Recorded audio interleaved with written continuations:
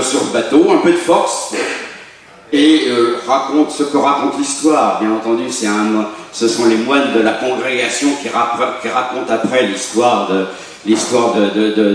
Colomban. Et on raconte que Colomban et ses 12 moines irlandais ne veulent surtout pas retourner en Irlande, ce qui serait contraire à leur engagement d'exil pour Dieu pour toute la vie, et donc ils ne veulent pas retourner, et Saint-Colomban aurait suscité une tempête, c'est des choses qui arrivent sur nos côtes, et donc le bateau se serait échoué sur la côte du Pays de Ré, là, sur le Delespoir, et les moines décident de descendre du bateau. Le capitaine est en fait très content de se débarrasser un peu de ces moines encombrants. Il retourne vers l'Irlande, mais ce qui est certain, c'est que les moines, Saint-Colomban et ses moines se retrouvent sur la côte de l'estuaire du Pays de Ré, et à partir de là, il va décider de rejoindre à l'île Dieu, la communauté donc de moines irlandais de Bangor qui existait depuis quelques années. Et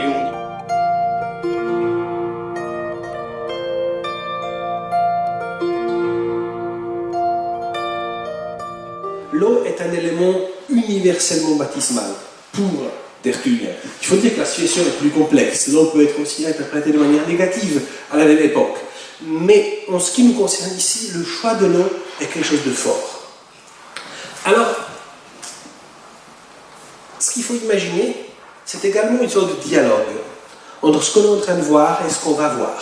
Là, on est en face des portes. Lorsqu'on va rentrer dans le baptistère pour être initié, on va retrouver des images semblables.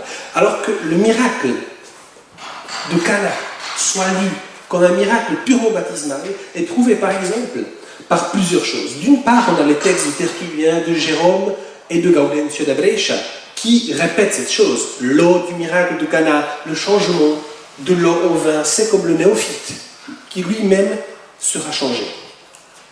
Mais il y a également des images. Il s'agit par exemple de ce détail du magnifique baptistère de Naples où vous voyez le miracle ici à la Samaritaine.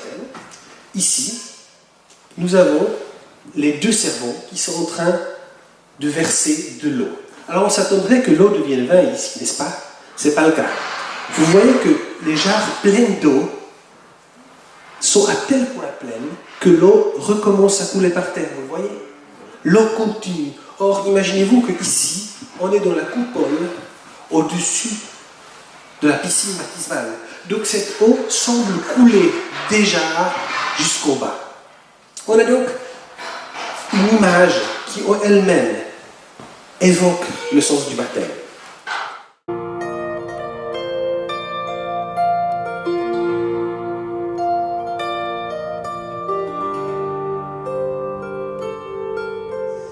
La richesse de ce patrimoine qui est encore là, grâce aux Espagnols, grâce au travail des chercheurs qui ont pu reconstituer ces documents à partir des manuscrits sauvés à travers les siècles, eh bien, c'est véritablement nos racines chrétiennes, et même au-delà parfois nos racines européennes, occidentales, qui sont encore là, vivantes, avec la possibilité de vivre et de nous faire vivre.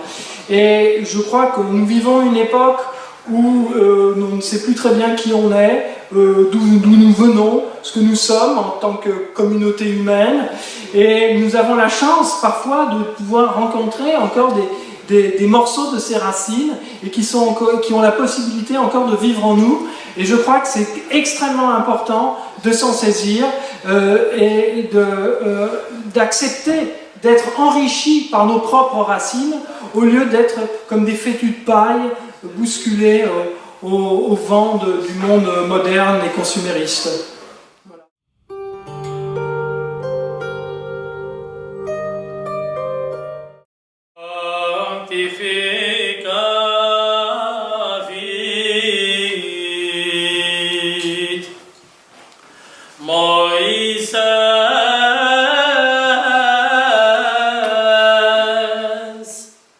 Altare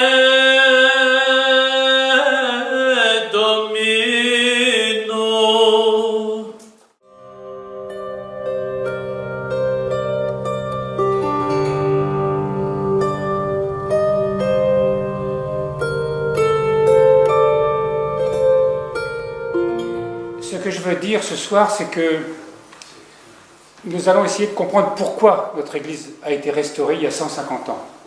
Parce que c'est bien de ça que nous sommes en train de fêter. Pourquoi, en 1866, il y a eu cette filiation apostolique. Pour ceux qui ne savent pas très bien de quoi il s'agit, j'en dirai deux mots. Mais pourquoi nous avons retrouvé une filiation apostolique et pourquoi aujourd'hui, 150 ans après, nous sommes à la fois les héritiers de nos pères celtes, de saint François d'Assise, et je vous dirai pourquoi, et aussi de saint Hugues du Hall.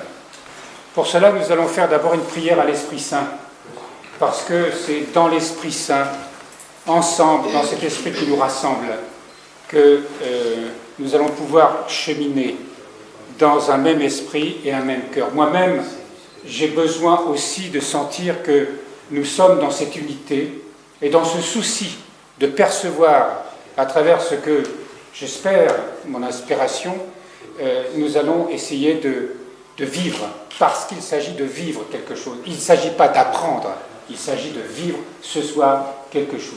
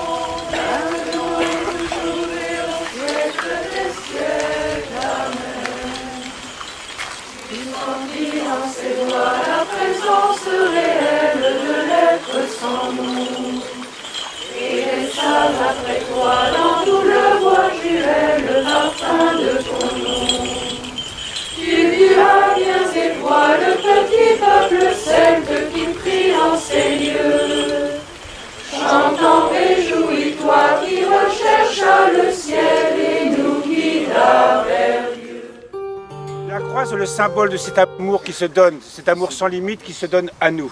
Alors elle est un grand symbole ici, juste à l'entrée du monastère. Et comme je vous parlais de la présence divine, ce lieu s'appelle aussi la Sainte Présence. C'est la plénitude de la présence divine qui est plantée au milieu du monde. Et comme je vous l'ai dit précédemment, plantée aussi dans notre cœur, comme un arbre verdoyant qui peut donner son fruit à chaque instant.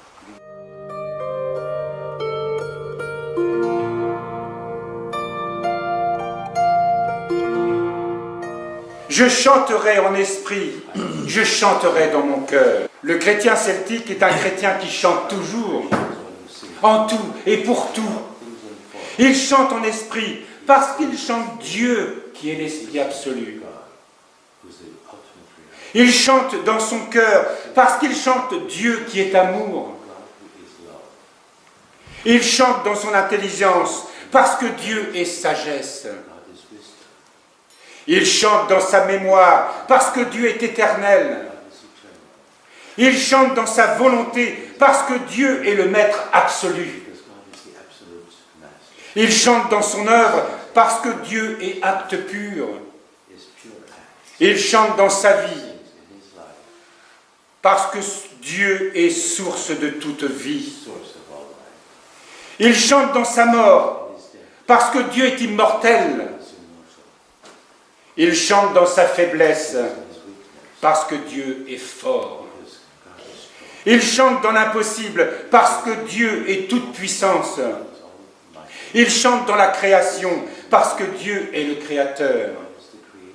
Il chante dans son péché parce que Dieu est sauveur. Il chante dans son corps parce que Dieu est esprit.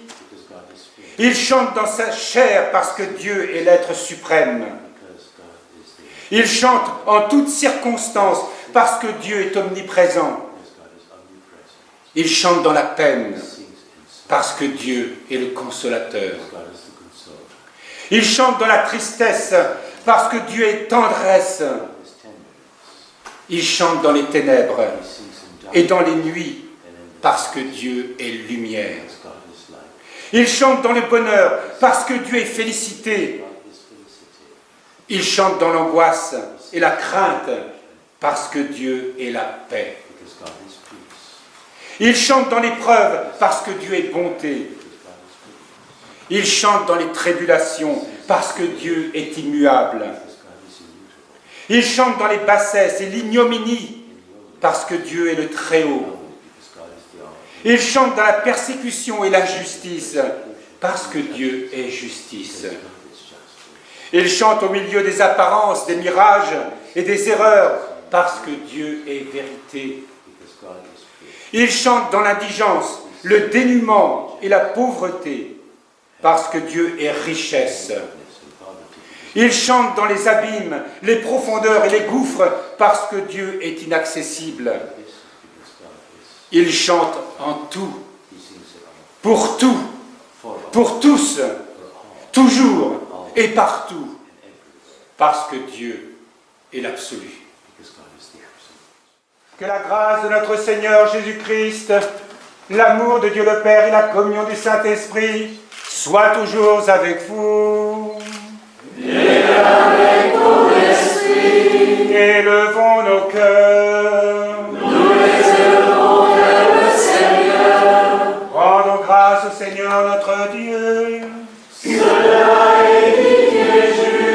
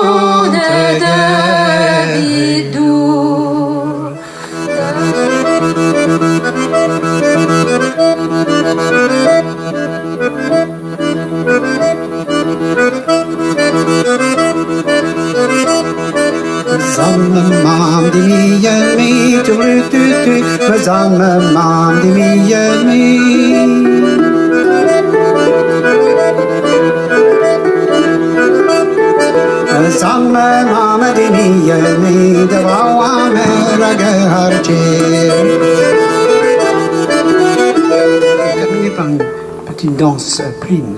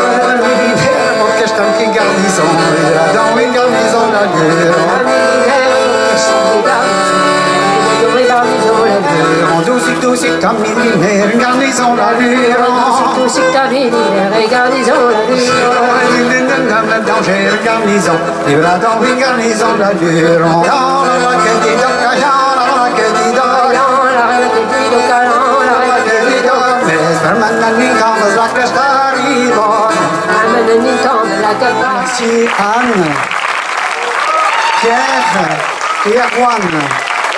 Un spectacle qui a été, un concert qui a été uniquement conçu pour vous, sur mesure. Merci.